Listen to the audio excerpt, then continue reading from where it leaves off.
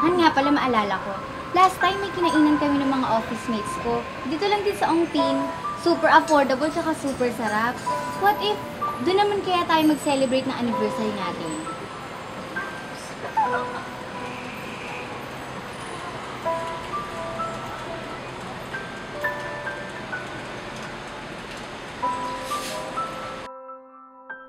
Han, anong pinagkaiba ng orange vendor na Chinese sa Pilipino?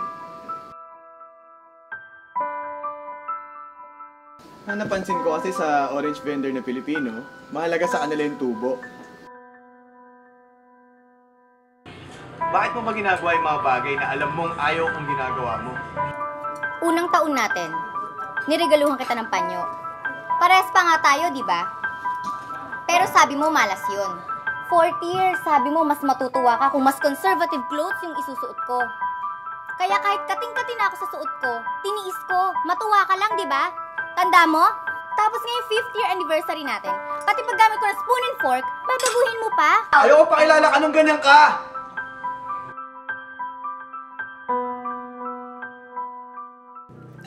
Han, I love you.